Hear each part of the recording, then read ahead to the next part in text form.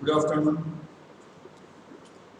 पिछले लेक्चर में हम लोगों ने जड़ और चैतन्य इकाई, जो दो इकाइयाँ हैं, यूनिट्स हैं मानव अस्तित्व की, उन इकाइयों को समझने की कोशिश की थी और ये देखने का प्रयास किया था कि दोनों सह अस्तित्व में कैसे रहते हैं, कैसे म्यूचुअली हो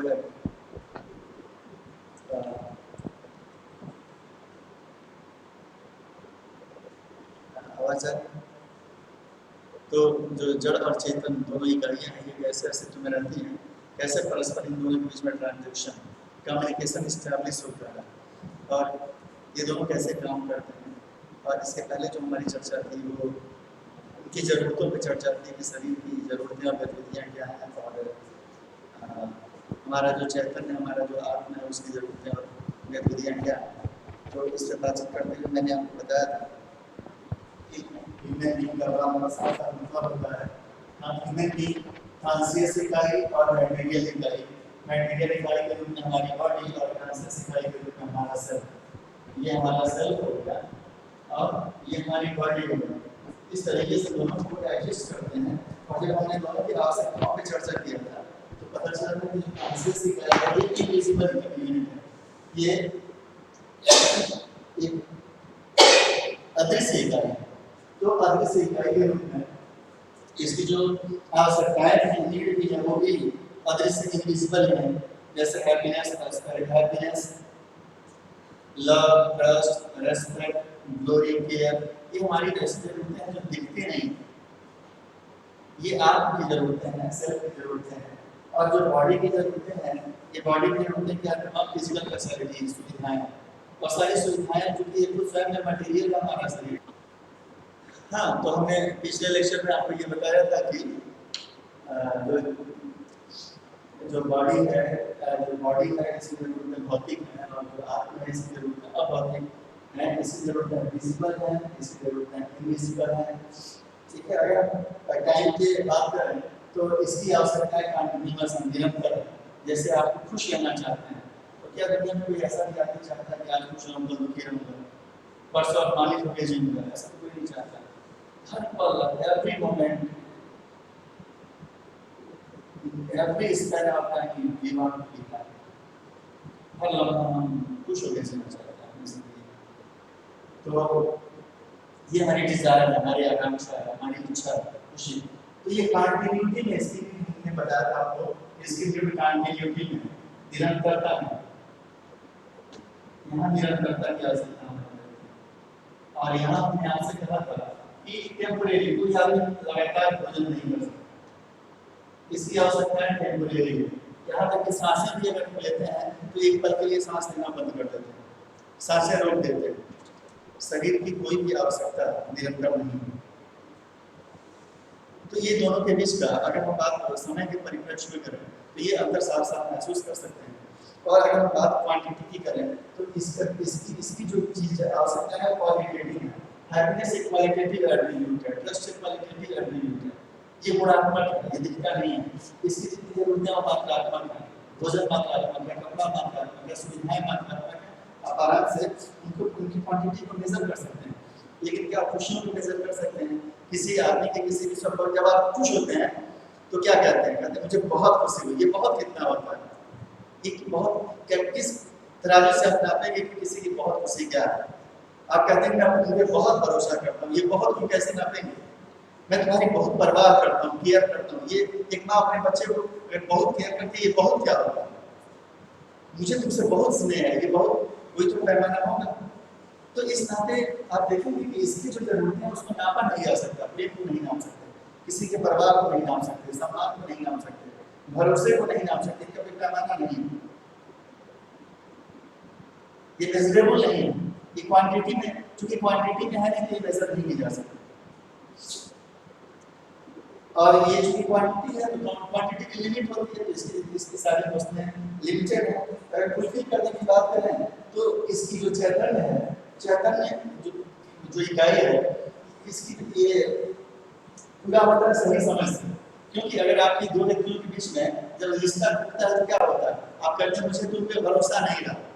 और भरोसा कब टूटता है? जब दोनों के बीच संबंधों की समझदारी पे गड़बड़ी होती है। कितनी बार हम समझाते हैं कि अरे यार तुम मुझे समझ नहीं पा रहे हो, तुम मुझे समझ नहीं पा रहे हो। मतलब क्या, कहीं ना कहीं मामला समझने में दिक्कत आ गई, तो आपको लगता है कि आप सामने वाले पे भरोसा नहीं कर पा रहे। तो ये समझना जो है, ये राइट अंडरस्टैंडिंग, ये कहां से चेतन की गाइड की सकता है, यानी कि समझदारी शरीर में नहीं होती, समझदारी आपके सेल्फ में होती है, राइट अंडरस्टैंडिंग। और इस राइट अंडरस्टैंडिंग से ही, सही समझदारी से ही आप संबंधों की जरूरत को, सही समझदारी होगी तो सही भाव होगा। जब दो लोग आपस में विवाह करते हैं, आप कभी भी अखबार में देखिए, दो प्रेमी जोड़े अगर आपस में विवाह करते हैं तो कहते हैं, पूछा जाता है भैया आपने इन्हीं से शादी क्यों की, तो सामने वाला कहता है क्योंकि ये मुझे ठीक से समझता है, मेरी इसकी समझदारी बड़ी अच्छी है, हम दोनों ट्यून हो गए हैं, हम दोनों लय में हैं, हम दोनों का रिश्ता एक व्यवस्था में है, लय में है, एक रिदम में है, हार्मनी में है। ये रिदम, ये लय, ये हार्मनी होती कहाँ है, ये सेल्फ में होती है, ये सेल्फ में होती है। तो वास्तव में कॉन्शियस इकाई की जरूरतें सही समझदारी से पूरी होती हैं, और जो शरीर है इसकी जरूरतें फिजियोकेमिकल होती हैं, फिजियोकेमिकल भौतिक रासायनिक आवश्यकताएं हैं इसकी, और जो इसकी भौतिक रासायनिक आवश्यकताएं हैं तो इन्हीं से ये पूरी हो सकती हैं। तो हमारी से जिम्मेदारी बनती है अपने शरीर को लेकर, अपने संबंधियों को लेकर, कि अपने जिंदगी में इन तमाम भौतिक रासायनिक वस्तुओं का उत्पादन करें जिससे हमारे शरीर का ठीक से पोषण होता है। आप इतना स्किल का डेवलपमेंट करिए अपने भीतर कि आप अपने लिए कपड़े खरीद पाएं, अपने माता पिता, अपने बच्चों के लिए कपड़े खरीद पाएं, आप उनके लिए भोजन की व्यवस्था कर पाएं, आप उनके लिए आवास की व्यवस्था कर पाएं। क्यों कर पाएं? Because you care to those people, you care of yourself, you care of your family, your parents, your wives, your wife, your brothers, your uncle. You care, you are in care. You are in trust, you are in love, you are in affection. That is why you must have skill to produce so much physical facility so that you can ensure availability of those things for right utilization of physical things, so that you can protect your body, you can do nourishment of your body, you can have physical facilities so that you can utilize your body rightly. आपके पास motorcycle है तो आप motorcycle पे बैठ जाइए, गोरखपुर ले आके अपनी गाड़ी उतार दीजिए उस शरीर पे, वो शरीर आराम से काम कर लेगा। लेकिन अभी पैदल यहाँ से वहाँ तक जाना हो तो क्या होगा, थक जाएंगे और आप काम नहीं कर पाएंगे, शरीर का सही उपयोग वहाँ जाके नहीं हो पाएगा। शरीर का उपयोग करने से पहले शरीर को आराम देना पड़ेगा, उतनी ऊर्जा देनी पड़ेगी, तब आपका शरीर गोरखपुर जाने के बाद काम करने लायक होगा।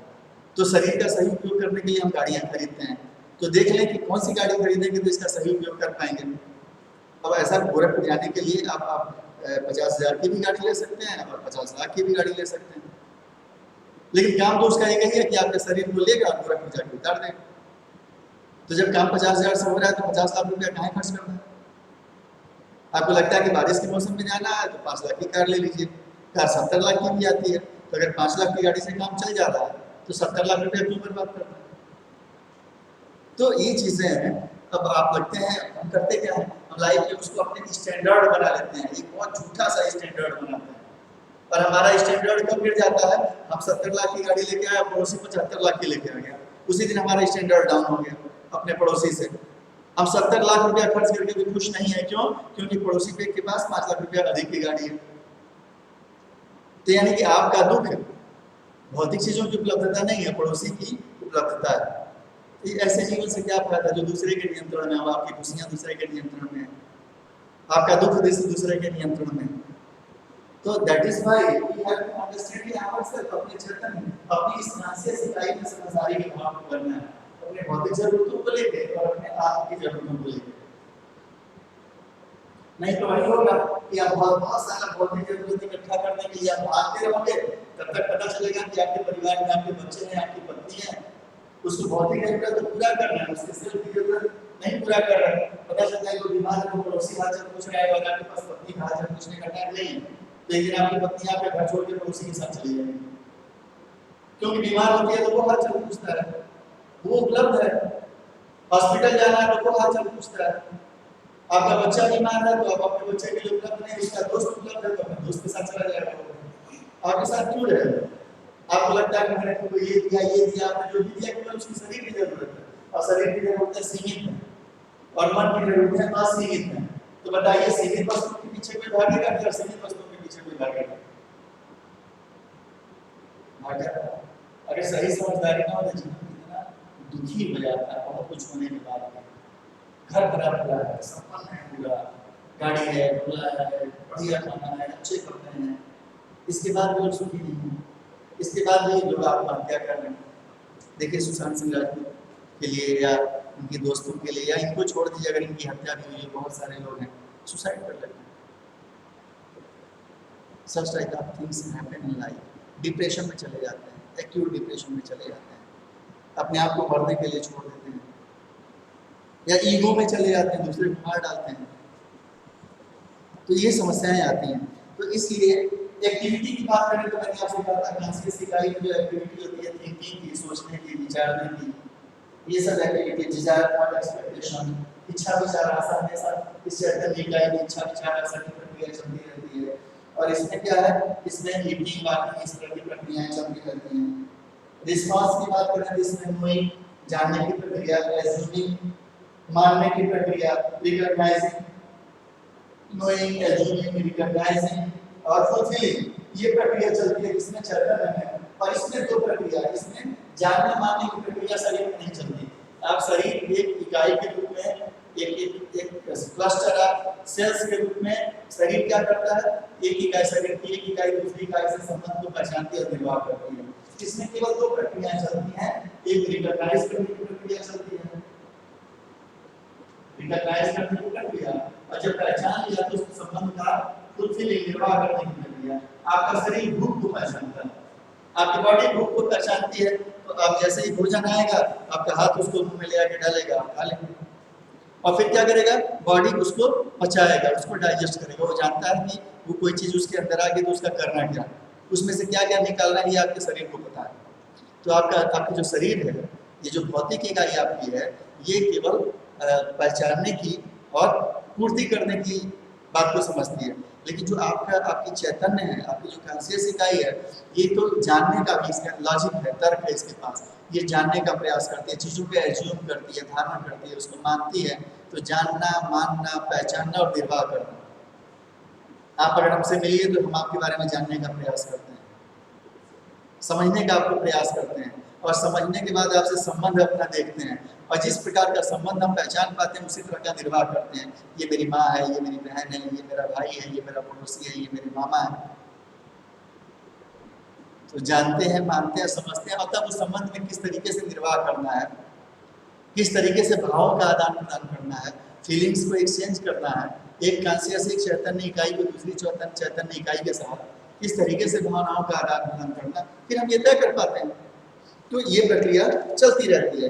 फिर हमने एक बात और कहा था कि शरीर और इसके बीच में, इस जड़ इकाई और चैतन्य इकाई के बीच में परस्पर इंटरेक्शन कैसे होता है। तो हमेशा चैतन्य इकाई शरीर को सूचनाएं देती है जड़ इकाई को, और जड़ इकाई सेंसेशन के माध्यम से, संवेदना के माध्यम से कॉन्शियस इकाई की सूचना पहुंचती है।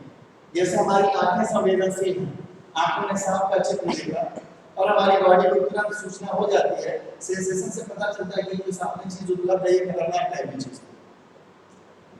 हम कोई चीज स्पर्श करते हैं और तुरंत हमारी चेतना में खबर पहुंचती है कि गर्म है और इतनी गर्मी हम बर्दाश्त नहीं कर सकते, तो हम डिसीजन लेते हैं। डिसीजन हमेशा सेल्फ लेता है, बॉडी कभी कोई डिसीजन नहीं लेती है।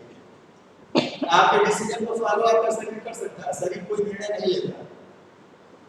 जब आपका सेल्फ डिसीजन लेता है तो आप वहां से हट जाएंगे, और हटने की स्थिति में आप उसका सामना करेंगे। सांप देखेंगे तो हटना है, उसको मारना है, ये शरीर निर्णय नहीं लेता, ये आप निर्णय लेते हैं। जब आप निर्णय लेते हैं तो कैसे मारना है, तो लाठी से मारना है। तो फिर निर्णय लेंगे लाठी को कहाँ ढूंढा जाए, तो लाठी को वहां देखा गया था संभावना है, फिर आप वहां से लाठी लेके आएंगे।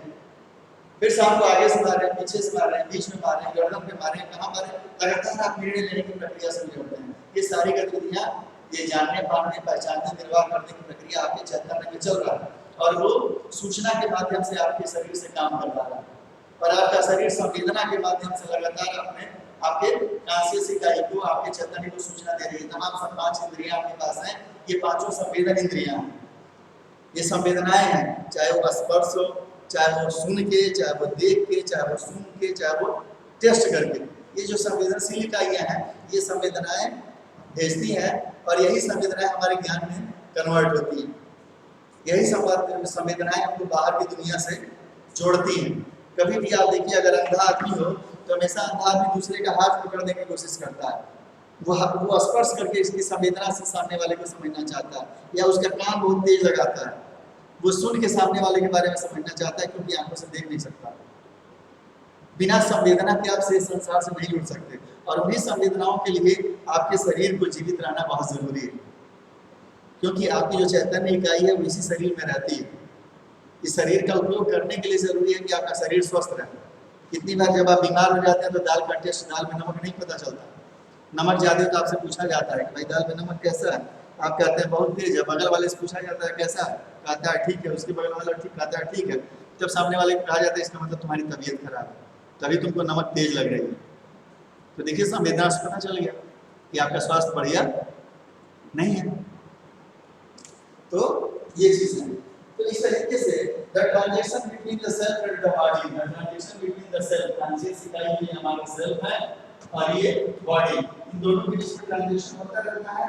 इंस्ट्रक्शन हमेशा सेल्फ से बॉडी की ओर जाता है, और जो सेंसेशन है ये बॉडी से सेल्फ की ओर आता है। The decision for every transaction, कोई भी ट्रांजैक्शन हो, चाहे बॉडी से सेल्फ की तरफ या सेल्फ से बॉडी की तरफ, decision is always taken by the self. ये कॉन्शियस इकाई हमेशा निर्णय लेती है, और निर्णय लेने के बाद उस निर्णय को सेंड करती है इंस्ट्रक्शन, सूचनाओं के माध्यम से ये सेंड करती है मटेरियल इकाई को। The decision is reads, the decision to read sensation from the body, यहां तक सेल्फ भी बॉडी से मिलने वाले तमाम सेंसेशंस को ये तय करता है कि उससे संवेदना हम ले कि न लें। ठीक वैसे ही सामने वाला रसगुल्ला खा रहा है, अब आपके मन में जीभ पे तुरंत पानी आया, लेकिन आपका जो चैतन्य इकाई है वो ये देखती है कि ये वाला सेंसेशन हमको एंजॉय करना है कि नहीं है। अगर नहीं करना तुरंत कहेगी नहीं तुमको रसगुल्ला नहीं खाना, तुम शुगर के मरीज हो, और तुम बिल्कुल उसके बारे में सोचना बंद कर दो। और ये डिसीजन होने के बाद फिर आप सोचना, आपका शरीर उसमें से लार आना बंद हो जाएगा मीठा वाले पे, क्योंकि आपने डिसीजन ले लिया नहीं लेना है, तो फिर लार भी नहीं आएगा। और अगर आप डिसीजन लेना नहीं खाना है तो खाने के पहले मुंह में पानी आ जाएगा, और ये सब प्रक्रिया शुरू हो जाती है। ये लगातार ये सारे डिसीजन आप लेते हो, तो ये और नहीं लेता है। तो अच्छा, एक और कुछ महत्वपूर्ण बातें हम लोग करते हैं। देखिए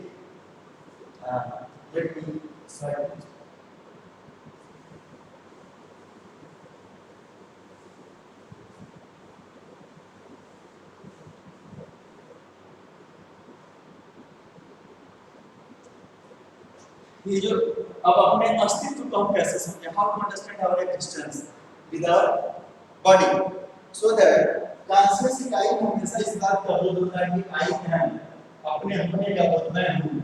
ये किसमें होता है? वो सेल्फ में होता है। और जब बॉडी में क्या होता है, जब आप ये सोच करते हो कि आप हैं, तो आपकी बॉडी की जो माई बॉडी, इसका मतलब मेरे पास एक शरीर है, माई बॉडी इज। अब आप जब कहते हैं आई वांट टू लिव, आप जीना चाहते हैं, आई वांट टू लिव, आप जीना चाहते हैं, इसका मतलब है कि जीना चाहते हैं। देन माय बॉडी, ये जो आपका शरीर है, इज यूज्ड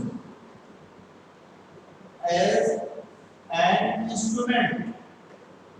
इंस्ट्रूमेंट है, आप अपने शरीर का एक इंस्ट्रूमेंट के रूप में, एक यंत्र के रूप में इस्तेमाल कर सकते हैं।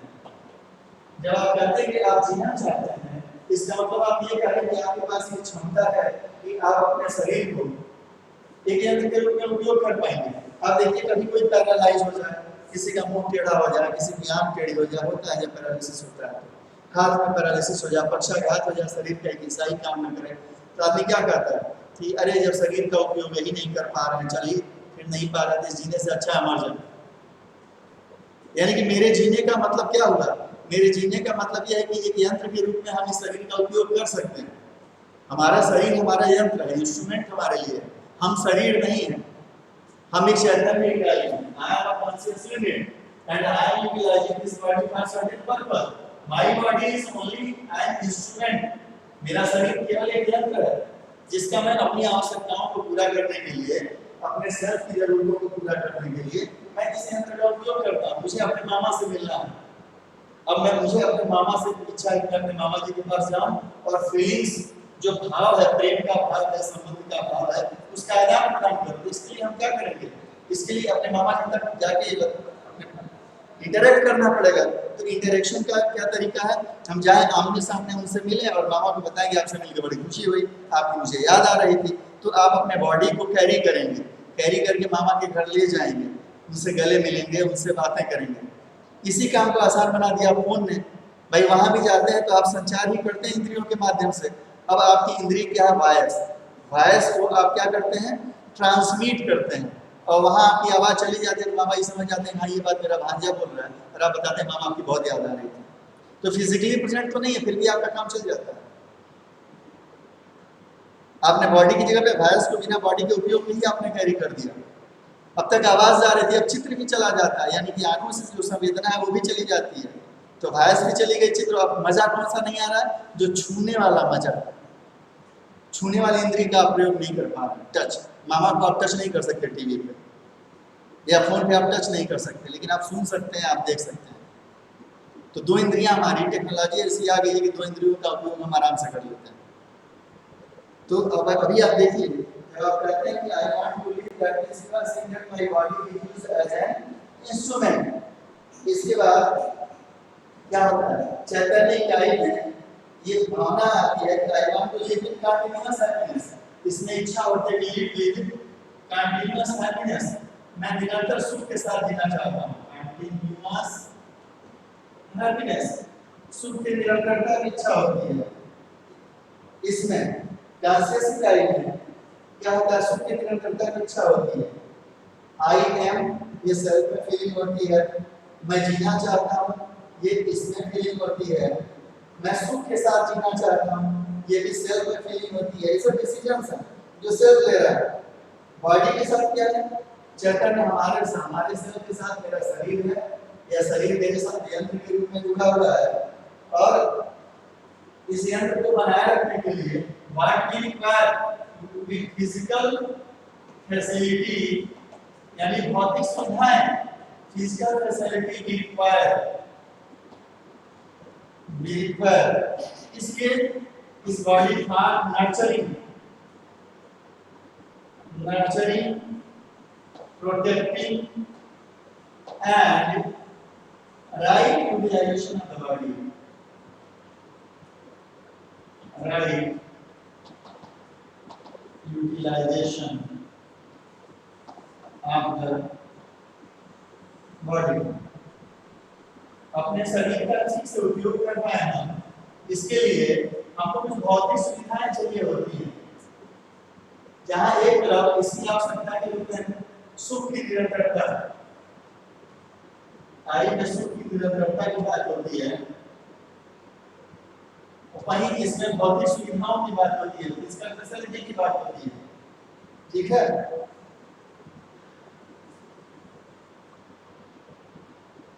जब आप इस चैतन्य की इकाई के लिए कार्यक्रम बनाते हैं कि to understand and to live in harmony, कि मुझे हार्मनी में जीना है, I want to live in harmony, मुझे संगीत में रहना है, मुझे व्यवस्था में जीना है, और मुझे इसके लिए कार्यक्रम बनाना है। To understand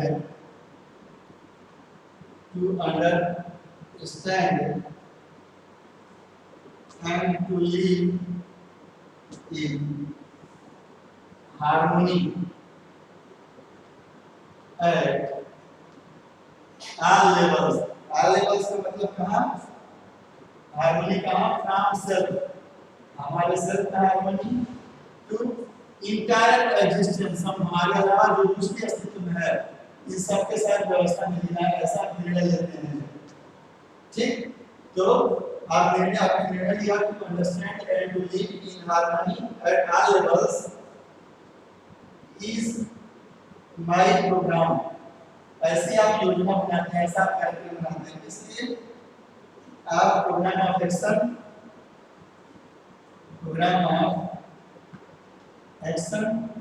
for continuous happiness, निरंतर समृद्धि के लिए, निरंतर सुख के लिए, चारों स्तर पे आप जीने का कार्यक्रम बनाते हैं। स्वयं के स्तर पे आप बहुत अपने सुखी हो, पर परिवार दुखी हो तो क्या आप सुखी रह पाएंगे? नहीं। आप भी सुखी हो, आपका परिवार भी सुखी हो, पड़ोसी भूखों मर रहा हो, पड़ोस में दंगा हो रहा हो, पड़ोस में आग लग गई हो, पड़ोस में हैजा हो गया हो, आप सुखी रह पाएंगे? नहीं। आप भी सुखी, आपका पड़ोसी भी सुखी। पता चले कि पिछले प्रदेश में जो है वो बाढ़ आ गई या भूकंप के झटके से बहुत सारे लोग मर गए, या फिर जो भी घटनाएं घटी उससे बड़ा प्राकृतिक परिवर्तन होने वाला है, बहुत ज्यादा पानी हो जाए, बहुत ज्यादा बाढ़ हो जाए, बहुत ज्यादा तापमान बढ़ जाए, क्या आप सुखी रह पाएंगे? नहीं, because you are interconnected with all these entities. ये जो अस्तित्व की सारी चीजें इससे हम संबद्ध हैं। 2 महीने का लॉकडाउन क्या हुआ, इतनी बारिश हो गई कि धरती पे पानी पानी हो गया, पता ही नहीं चला गर्मियां कैसे निकल गई, तापमान कितना गिर गया पता ही नहीं चला। कुछ दिन के लिए गर्मी आई थी थोड़ा बहुत, उसके बाद देखिए लगातार क्या स्थितियां बन पा रही। तापमान एक मॉडरेट का तापमान है, सब लोग एंजॉय कर रहे हैं इस टेम्परेचर को, नहीं तो जुलाई और अगस्त के महीने में लगता था कि एकदम आदमी जल के राख हो जाएगा, जब वो चुभने वाली गर्मी पड़ती थी, ऐसी गर्मी का पता ही नहीं। और यहाँ कार्यक्रम क्या बनता है अपने शरीर के राइट यूटिलाइजेशन के लिए, इसके लिए क्या चाहिए? जब इसको कैलोरी एक इंस्ट्रूमेंट है, ऐसे इंस्ट्रूमेंट बॉडी एक इंस्ट्रूमेंट है, इसके बने रहने के लिए भौतिक संसाधन चाहिए। तो आपको क्या करना पड़ेगा? You have to make program for production, उत्पादन करना पड़ेगा भौतिक वस्तुओं का, प्रोडक्शन, प्रोटेक्शन, फिर उसका वस्तु का संरक्षण, and right utilization of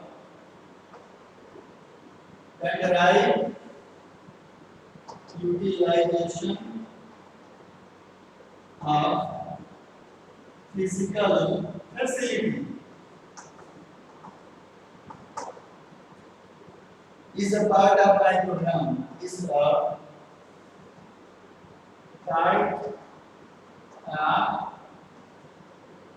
my program. देखिए मजेदार, हमने यहाँ तक किया, अपने चैतन्य को मैंने पहचाना, हमने सेल्फ को अपने इवैल्यूएट किया, इन्वेस्टिगेट किया, ढूंढा तलाशा कि मैं एक चैतन्य इकाई हूँ, ये पता चल गया। और मैं सोच पा रहा हूँ इसलिए मैं हूँ, और मेरे साथ कौन है? ये मेरी बॉडी है। जब मैं कहता हूँ कि मैं हूँ, तब मटेरियल स्तर पे हमको ये अनुभूति होती है, ये संवेदना आती है कि मेरे पास एक शरीर है। यहाँ संवेदना है कि मैं जीना चाहता हूँ, तो पता चलता है कि जीने के लिए एक संवेदना हमारे पास आती है कि एक शरीर है जिसका मैं एक इंस्ट्रूमेंट के रूप में इस्तेमाल कर सकता हूँ। अब जब मैं देखता हूँ कि मुझे क्या चाहिए, इस चैतन्य को क्या चाहिए, इस सेल्फ में क्या चाहिए, इसको कंटीन्यूअस हैप्पीनेस चाहिए, सुख की निरंतरता चाहिए, कंटिन्यूटी में सुख चाहिए। फिर इस इंस्ट्रूमेंट को क्या चाहिए? इसका अस्तित्व बना रहे, इसको भौतिक सुविधाएं चाहिए। कौन सी भौतिक सुविधाएं? You require for nurturing of your body. Nurturing कैसे होगी? अच्छा भोजन चाहिए, जब भोजन रहेगा तभी आपके शरीर का पोषण होगा। वो तमाम भौतिक वस्तुएं जो इस शरीर की जरूरत है वो चाहिए। कपड़ा चाहिए ताकि धूप से, हवा से, गर्मी बरसात से आप सुरक्षा कर पाए। आपको घर चाहिए, आपको गाड़ियां चाहिए, so that you can utilize your body in the right way, for the right utilization of body. का जब इतना हो जाएगा तो आपको कार्यक्रम बनाना पड़ेगा ना। आपको रिसर्च चाहिए, इसमें सब थोड़ा मिल जाएगा। आपको सुख की निरंतरता चाहिए, तो इससे सुख थोड़ा मिल जाएगा। इसके लिए आप लोगों की समझदारी का विकास करना पड़ेगा। आपको कपड़ा चाहिए, आपको घर चाहिए, तो आपको अपने अंदर स्किल डेवलप करना पड़ेगा ताकि आप भौतिक वस्तुओं का उत्पादन कर पाए। आप इसीलिए तो पढ़ रहे हैं कि भाई इंजीनियर बन जाएंगे, काम करेंगे तो आपकी क्षमता बढ़ेगी, आपके पास अर्थ आएगा, उस अर्थ से आप भौतिक वस्तुओं की उपलब्धता का इंश्योर कर पाएंगे। इसलिए आप इंजीनियरिंग कर रहे हैं, और इस बहाने समाज की मदद भी कर पाएंगे अपने ज्ञान के माध्यम से, और उस मदद के बदले में समाज भी आपकी आवश्यकता की चीज़ों को उपलब्ध कराएगा। आपको इतना धन देगा कि आप अपने अस्तित्व को बनाए रखने के लिए, अपनी एंटिटी को, अपने एग्जिस्टेंस को बनाए रखने के लिए आप उन पैसे का उपयोग कर पाए। तो अगर आपके अंदर उतना स्किल नहीं है तो आपको भूख मर जाता है। आपकी क्षमता का इतना विकास होना चाहिए कि आप अपने भौतिक शरीर की सुरक्षा कर पाए। आप में इतनी समझदारी होनी चाहिए कि आप अपने संबंधों के साथ निर्वाह कर पाए, तभी तो सुखी रहेंगे। आपके पास समझदारी नहीं है अपने बेटी के साथ कैसे रहें, अपने बेटे के साथ कैसे रहें, सास के साथ कैसे रहें, बहू के साथ कैसे रहें, पति के साथ रहें। अगर आपके पास समझदारी नहीं है तो सुख की निरंतरता कहाँ से आएगी? क्योंकि संबंध में सही समझ ना हो तो सही भाव नहीं आएगा, और जब सही भाव नहीं आएगा तो भाव को फुलफिल नहीं करेंगे। कितनी बार ऐसा होता है कि आपका बच्चा प्यार से कहता है पापा पापा मुझे ये चाहिए, और आप बाहर से खराब मूड लेके आते हैं, बच्चे को डांट देते हैं। अब बच्चे को क्या पता कि आपका मूड खराब है? तो बच्चे का भाव आप नहीं समझ पाए, और जब नहीं समझ पाए, राइट अंडरस्टैंडिंग नहीं आई, तो आपने बच्चे को आपसे जिस तरह के भाव की अपेक्षा थी उस तरह का भाव आपने एक्सचेंज नहीं किया। अब बच्चा आपका दुखी होकर चला गया। बाद में जब आपको रियलाइज हुआ तो आप भी दुखी हुए, बच्चा भी दुखी हुआ, तो सुख की निरंतरता कहाँ हुई? अगर आप में सही समझदारी होती तो आप जान जाते कि आपका जो दिमाग खराब है, उस खराब दिमाग की वजह की जड़ वो बच्चा नहीं है, दूसरी परिस्थितियाँ हैं, और आप अपने बच्चे से अच्छे से बिहेव करते हैं। वो भी खुश रहता, आप भी खुश रहते। या वो समझ जाता कि आप किसी उलझन में हैं तो चुपचाप वो आपको ऐसे ही छोड़ देता, ठीक है पापा हम बाद में आपसे बात करेंगे। तो इस तरह की चीजें होती रहती हैं। तो हम कार्यक्रम बनाएंगे कि इन तमाम वस्तुओं का हम उत्पादन ठीक से कर पाए, इनकी उपलब्धता को इंश्योर कर पाए, और संबंधों में समझदारी के साथ हम कार्यक्रम बनाएंगे संबंधों में समझदारी के विकास का, जिससे संबंधों में सही भाव को हम भर पाए, ऐसा हमारा प्रयास होगा। इसके बाद क्या है कि अगर आप देखेंगे ना तो जो आपका चैतन्य है, आपका जो चैतन्य है वही सीयर है, वही डूयर है, वही ज्वार है। आपका शरीर नहीं देखता है, आपकी आंखें नहीं देखती हैं, आप अपनी आंखों से देखते हैं। आंखें देखती तो आंखों में कुत्ता बिल्ली पता नहीं क्या क्या रास्ते में चलते हैं, सबकी तस्वीर बनती है जैसे शीशे में बनती है, लेकिन आप जो वही देखते हैं जो आप देखना चाहते हैं। मैं इस क्लास में बैठा हुआ हूँ, इस क्लास में मेरी आंखों में पूरे कमरे की इतनी तस्वीर बन रही है, लेकिन मैं देख क्या रहा हूँ, ये कंप्यूटर। एक बार में आप अपने जीवन में एक बार में केवल एक ही वस्तु देख सकते हैं, 10 चीजें आप देख ही नहीं सकते। तस्वीर तो 10 चीजों की बनेगी, क्योंकि आपने जिस चीज को देखने का तय किया है सिर्फ आप वही देख सकते हैं और कुछ नहीं देख सकते। कभी आप देख के देखिए कि आप एक बार में कितने लोगों को देख सकते हैं, कितनी वस्तुएं देख सकते हैं। एक बार में आपका कंसंट्रेशन एक वस्तु पे बनता है। तो आप सीयर हैं, आप ही करता हैं, आप दृष्टा हैं, आप करता है भोक्ता, और करने का जो आनंद है वो आप ही को मिल रहा है, आपके इस चैतन्य को मिल रहा है, इस शरीर को नहीं मिल रहा है। शरीर को मजा आता है तो फिर मुर्दे को भी मजा आता है, लेकिन मुर्दे में एक चैतन्य इकाई उसके साथ छोड़ देती है तो आदमी मुर्दा हो जाता है। इस शरीर में कोई मजा इस शरीर को नहीं आता, शरीर को मजा आता ही नहीं है, मजा आपको आता है। आप सो जाइए, आपके बगल में रसगुल्ला रखा हुआ, आपको मजा आएगा? आप सो जाइए, आपके बगल में गुलाब का फूल रखते हैं, आपको खुशबू का मजा आएगा? नहीं आएगा। क्यों?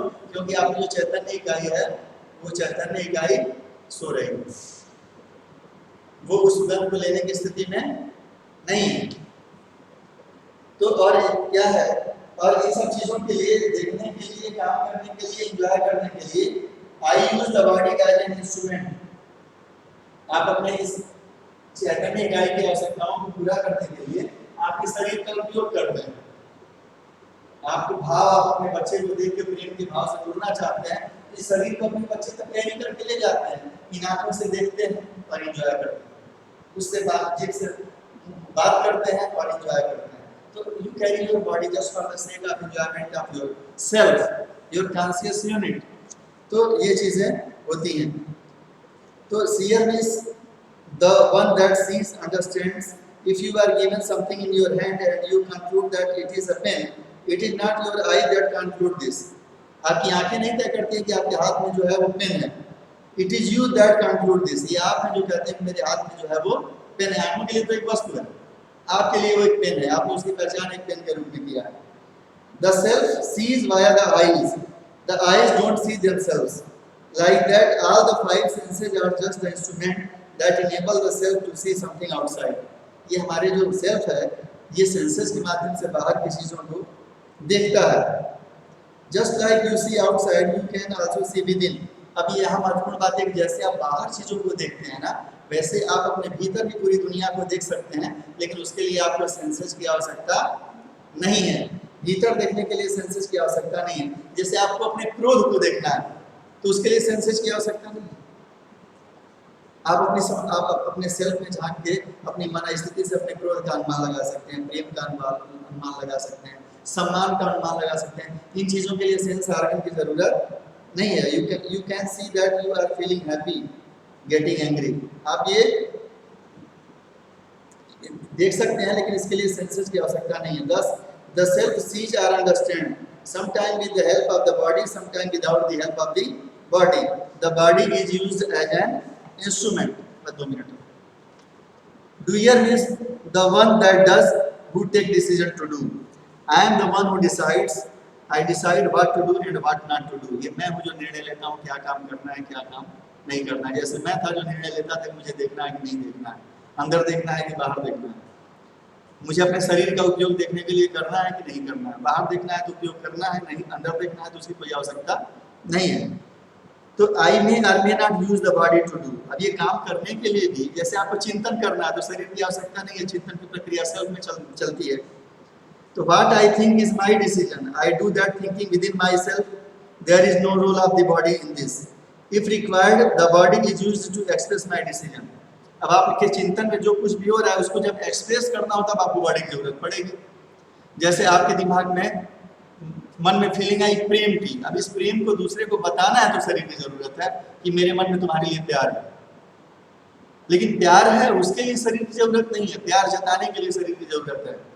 यस, ये बताने के लिए कि सामने वाले के मन में मेरे प्रति प्यार है, इसके लिए शरीर की जरूरत है। क्योंकि जब वो एक्सप्रेस करेगा और आप उस एक्सप्रेशन को रीड करेंगे और रीड करके आप समझेंगे कि सामने वाला आपसे प्यार का संबंध रखता है। तो यहाँ भी body is used as an instrument. अब enjoyer means the one that experiences happiness unhappiness. ये जो इंजॉयर का मतलब हमारी खुशी या दुख का अनुभव। I am the one that feel enthused or depressed, I am the one that feels angry or delighted, I am the enjoyer, the experiencer। यानी कि हमारा अनुभव हमारे आत्म में होता है, शरीर में अनुभव नहीं होता है, आत्म में अनुभव होता है।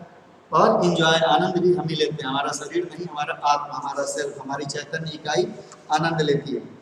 तो ये स्थितियां हैं हमारे शरीर की, हमारे जीवन की, ठीक है।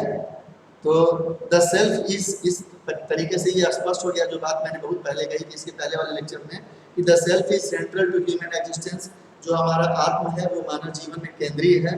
और ये जो बॉडी हमारी है, body is only instrument to which we use for certain purpose, इसका हम कुछ उद्देश्य के लिए उपयोग करते हैं। अब ये जो हमारा सेल्फ है और हमारी बॉडी है, दोनों एक दूसरे के साथ सह अस्तित्व में रहते हैं, इन दोनों का को एक्जिस्टेंस है। इसमें जो सेल्फ है वो सीयर है, डूयर है, इंजॉयर है। सेल्फ बहुत महत्वपूर्ण है, वही केंद्रीय है। और हमारे अंदर ये कंटिन्यूअस हैप्पीनेस बनी रहे, इसके लिए आवश्यकता क्या है कि जो चारों लेवल हैं, at the level of self, at the level of family, at the level of society and at the level of existence, इन चारों स्तर पे अगर हमारे अंदर समझदारी विकसित हो जाए और हम हार्मनी पूर्वक रह पाए तब हम कंटिन्यूअस हैप्पीनेस में रह सकते हैं। अगर समझदारी नहीं होगी तो हम कंटिन्यूअस हैप्पीनेस में नहीं रह पाएंगे। इसके बाद हमको शरीर को ठीक ठाक रखने के लिए हमको योजना बनानी पड़ेगी, प्रोग्राम बनाना पड़ेगा कि हम इतनी फिजिकल फैसिलिटी को जनरेट कर पाए जिससे हमारे शरीर का प्रोटेक्शन हो पाए, इसका नर्चर हो पाए, इसका सदुपयोग, राइट यूटिलाइजेशन हो पाए। तो ये सारा काम हमको करना पड़ेगा। अंत में ये कहना है कि the body is an instrument of the self, the transaction between self and body is only the form of information. बस इसी रूप में होता है। जितनी बात मैंने कहा है इसको एक प्रस्ताव मानते हुए आप अपने मन में विचार करिए कि ऐसा ही सही है कि नहीं है। आप अपने सेल्फ को रियलाइज करने की कोशिश करिए और अपने शरीर को समझने की कोशिश करिए और ये समझने का प्रयास करिए कि सेल्फ और बॉडी दोनों एक दूसरे के साथ कैसे एग्जिस्ट करते हैं, कैसे कंटिन्यूअस हैप्पीनेस में रहा जा सकता है और कैसे शरीर की आवश्यकताओं को पूरा करके उसको स्वस्थ रखा जा सकता है ताकि उसका सदुपयोग किया जा सके। Thank you very much.